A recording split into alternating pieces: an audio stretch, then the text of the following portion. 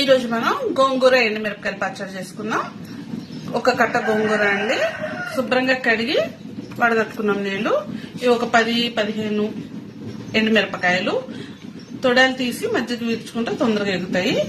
ధనియాలు 1/2 spoon, 1/2 spoon జీలకర్ర, చాలా ఇంతమించి చక్కల 4 ఎల్లుల్లిపాయ రెబ్బలు. ఈ మూడిట్లతోటి మనం గోంగూర ఎండుమిరపకాయలు పచ్చడి చేసుకుందాం. వేగించుకొని కళాయి వేడెక్కిన తర్వాత ధనియాలు జీలకర్ర దోరగా వేయించుకోవాలి.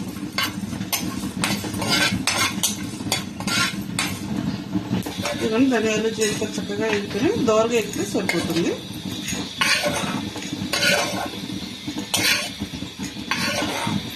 ధనియాలు తీసేసుకొని తర్వాత ఎండుమిరపకాయలు వేసుకొని వీటిని కూడా దోరగా వేయించుకొని కొంచెం నూనె వేసి వేయించుకొని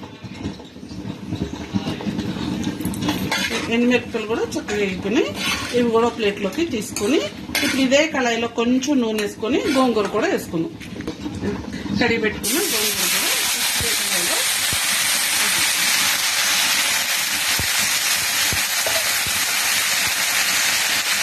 కొంచెం నూనె వేసుకొని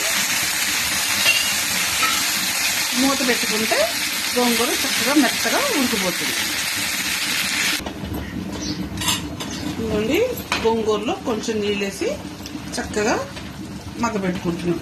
ఈ లోపల మనం ఇందులోకి కారాన్ని మిక్సీ పట్టుకుందాం రండి. ఈ లోపల మనం కారం రెడీ చేసి దాన్ని మిక్సీ జార్ తీసుకొని వేయించుకున్న ఎండుమిరపకాయలు, వేయించుకున్న ధనియాలు జీలకర్ర, ఎందుకో గోంగూర పులుపు లేదనిపిస్తుంది అందుకని కొంచెం చింతపండు వేస్తున్నాను, ఎక్కువ ఇట్లా కొంచెమే.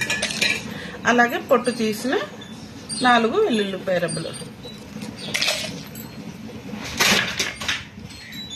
రుచికి సరిపడా ఉప్పు, ఇవి వేసుకొని ఒకసారి మిక్సీ గ్రైండ్ చేసుకొని వద్దాం. మన గోంగూర చక్కగా ఉడికిపోయింది. యాక్చువల్లీ ఇప్పుడు ఈ గోంగూరని ఈ మిక్సీలో ఇందాక మనం కారం దంపుకున్నాం కదా, ఇందులో వేసి మిక్సీ పట్టుకోవచ్చు, లేదా ఈ రెండు కలిపి రోట్లైనా దంచుకోవచ్చు. రోల్ ఫెసిలిటీ అందరికీ ఉండదు కాబట్టి ఈ కారాన్ని ఇప్పుడు ఇందులో వేసేసుకొని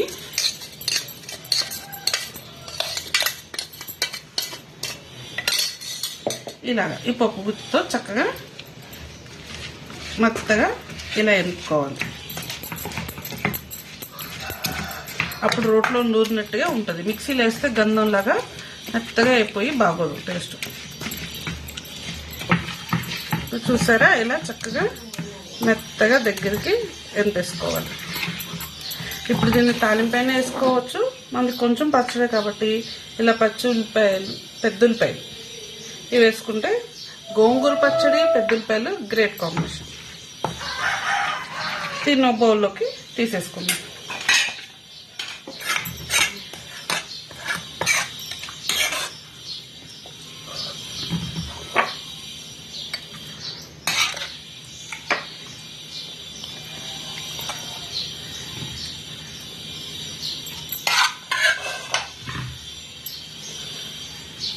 అంతే, మన ఎండుమిరపకాయలు గోంగూర పచ్చడి రెడీ.